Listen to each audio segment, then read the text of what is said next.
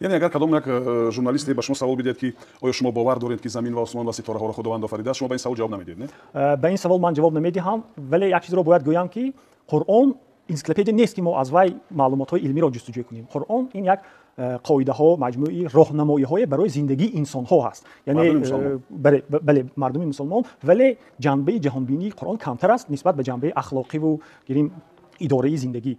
و سوال من چنین است: قرآن کریم را الله نازل کرده است میگوید. در حقیقت این قرآن کتاب الله بودنش را چگونه دلیل آورده اثبات کرده میتوانید؟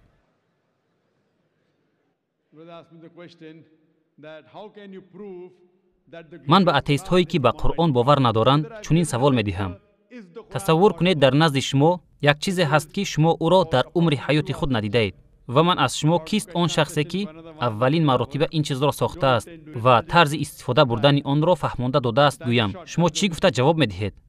آفرنده. خیلی خوب، بعضی ها او را آفرنده، بعضی ها اختراع کننده، بعضی ها باشند کار کرده برآورده و دیگر و دیگر مینامند. همچنین به آنها سوال دیگر را هم دهید: دنیا چگونه آفریده شده است گفته پرسید. صاحبان علم بوده میگویند که در اول کائنات یک بتون یعنی یک تا بود، بعداً باشد بعد حادثه ترکیش کلان رخ دادن گالاکتیکا ها، آفتاب، ماه و سیاره ما زندگی کرده ایستاده به وجود آمد. این را ما کی دانستیم؟ 50-60 سال پیش. لیکن در این باره معلومات 1400 سال پیش در قرآن آمده است. در 30 آیت سوره انبیا گفته می شود که آیا کافران ندیدند که آسمان ها و زمین بسته بودند، پس آنها را وا کردیم و هر چیز زنده را از آب پیدا کردیم؟ آیا ایمان نمی آورند؟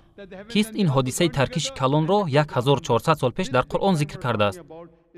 بعضی ها این همگی یک تصادف است گفتنشون ممکن. خب مایلش بحث نمی کنم و من به وی سوال نوبتی را می دهم: شکل زمین چگونه است؟ وی در جواب شکل زمین سفری یعنی کلولک است میگویند. من باشم این را کی دانستم گفته میپرسم. وی میگوید که 100 یا 200 سال پیش، انیقترش سال 1577 فرانسیس دریک شکل زمین سفریکی بودنش را اثبات کرده است میگوید. لیکن 1400 سال پیش خبر این در قرآن آمده است. در 30 آیت سوره نازعات و بعد از این زمین را هموار کرد گفته می شود. امروزها برای ما معلوم که شکل زمین به مثل توپ کلوله نیست، برعکس اول به شکل سیمایی یعنی کلمه دحاها به معنای تخم شترمرغ هم می باشد. کیست 1400 سال پیش زمین به شکل سیمای تخم مانند بودنش را در قرآن ذکر کرده است؟ بعضی ها محمد علیه السلام بسیار شخص عاقل بودند میگویند. خب بحث نمی کنم و دوام می دهم. به اتئیست های به قرآن باور نمی کرده این چنین سوال می دهم: ماه از خود نور می برآورد یا اینکه نور را عکس می دهد؟ آنها می گویند که اولها ماه از خود نور می برآورد می گفتیم، بعداً باشد 100 یا 200 سال پیش ماه از خود نور نمی برآوردنش را بلکه نوری آفتاب را از خود عکس می دادنش را انیق کرده می گویند. لیکن در کتاب قرآن باشد در سوره فرقان در آیت 61 بزرگوار است آن که در آسمان برج ها را بساخت و در آن چراغ و ماه تابان آفرید که این را 1400 سال پیش در قرآن ذکر کرد. با ما از درس های مکتب معلوم است که زمین و ماه در اطراف محور خود به هیچ جای نلغزیده دور میزنند. در قرآن در آیت 33 سوره انبیا و او آن است که شب و روز و آفتاب و ماه را آفرید، هر یک در آسمان شنا میکنند. با گفته قرآن آفتاب و ماه در اطراف محور خود دور میزده است. امروزها برای ما معلوم که آفتاب برای یک مرتبه پوره در اطراف محور خود دور زده برآمدنش 25 روز میگذارد که این را 1400 سال پیش در قرآن ذکر کرد. امروزها با تلسکوپ هابل انیق کردند که کائنات وسیع شده رفته ایستاده است. این خبر در قرآن 1400 سال پیش آمده است. در آیت 47 سوره زاریات و ما به قوت آسمان را بنا کردیم، در حقیقت ما برای وسیع کردن آن تواناییم. عاید گردش دوری آب چیبا هم امروزها تصورهای پوره حاصل گشت. آبهای اقیانوس و بحرها بوق گشته در آسمان به شکل ابر می درآید، بعد یک چند وقت معین باشد گشته به زمین می فراید. این حالت در یک چند آیت های قرآن آمده است. سوره زمر آیت 21، سوره مؤمنون آیت 18. сураи Рум ояти 24, сураи Ҳиҷр ояти 22, сураи Нур ояти 43.